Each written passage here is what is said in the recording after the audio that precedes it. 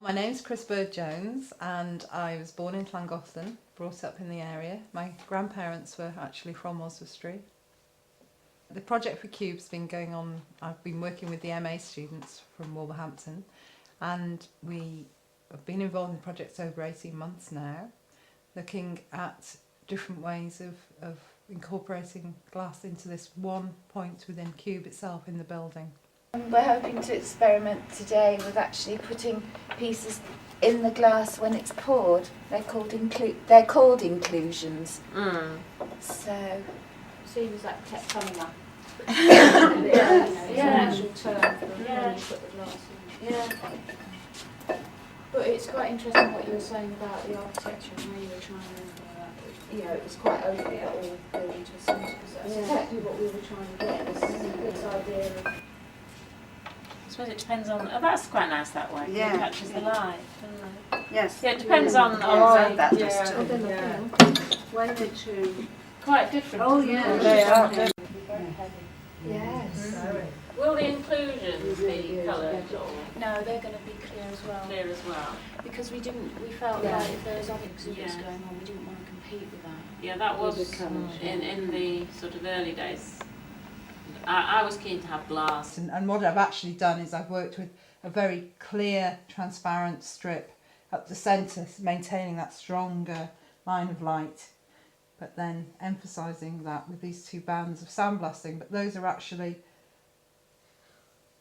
they have shapes, emulating these shapes of circles and triangles behind that, which will allow the light to come through and it'll modulate it rather than it being constant. So when you're actually moving around, looking at the piece, you'll be able to see that inner glass, if you like, using the thickness of the glass between. Okay, first of all you need to make the former, and that's the pattern that you use, which you put into the sand. Having sifted all the sand, you need to get it nice and evenly sifted, so you can then gently press the form in and then shore up the sides, and you then take your pattern out.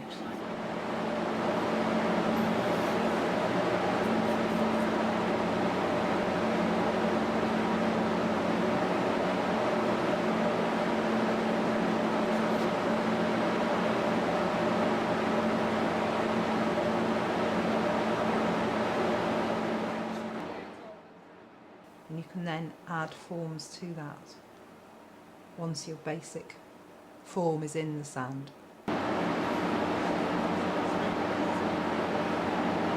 Put a layer of graphite which will hopefully leave the glass nice and clean when it's removed. Once that's all done, you dry it with the flame. Nice process, it's all finished, and you dry it with the flame.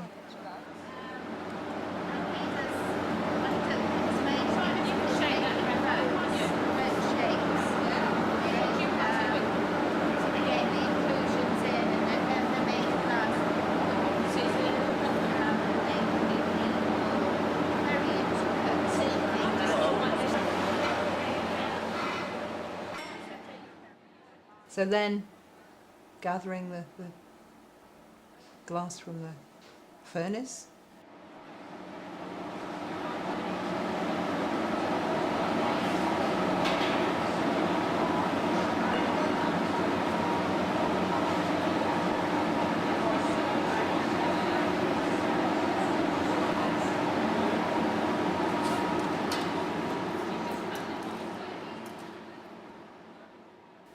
That is then poured in, and it's molten form, so it takes its own level, so it's quite important as well that the sandbox is level to start off with. Otherwise you'll end up with something that's thicker one side and thinner the other.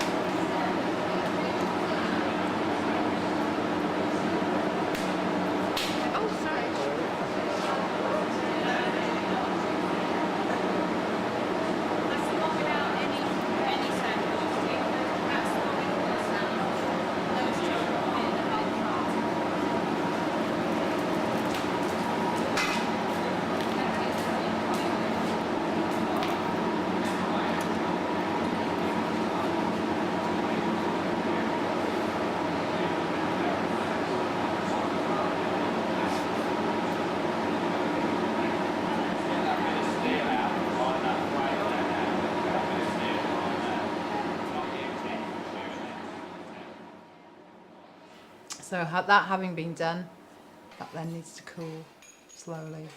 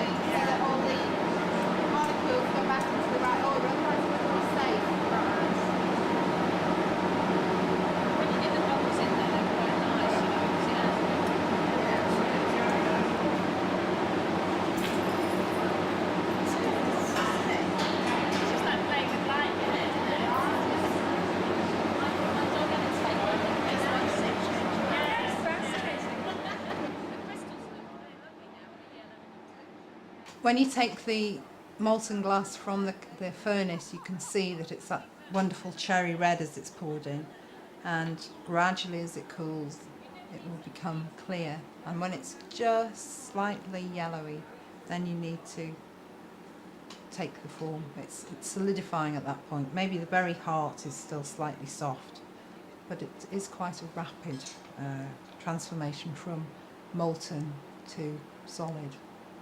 So from a flowing substance like syrup to a solid substance like a brick.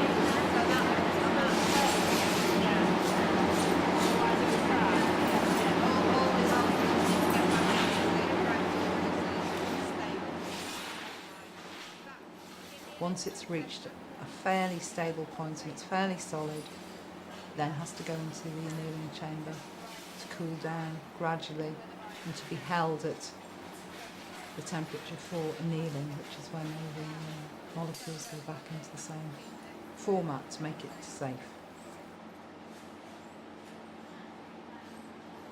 It would crack. It wouldn't be stable. So if you had difference in heat with it could blow up, in fact. So that process is really important.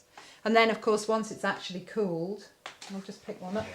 Once it's actually cooled, you've got the form that you've been working with, and you can see that it's relatively clean.